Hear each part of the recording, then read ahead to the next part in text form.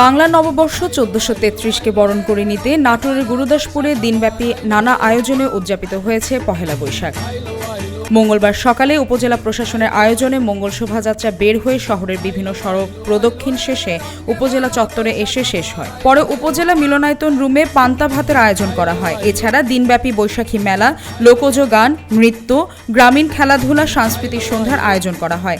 এ সময় উপস্থিত ছিলেন স্থানীয় সংসদ সদস্য আব্দুল আজিজ, উপজেলা নির্বাহী কর্মকর্তা ফাহমিদা আফরোজ, উপজেলা সহকারী কমিশনার আসাদুল ইসলাম, উপজেলা বিএনপির আহ্বায়ক উমর আলী শেখ, পৌর বিএনপির আহ্বায়ক দুলাল সরকার, উপজেলা বিএনপির সাবেক সাংগঠনিক সম্পাদক মোহাম্মদ আলী সহ নানা শ্রেণী পেশার মানুষ অংশ নেন।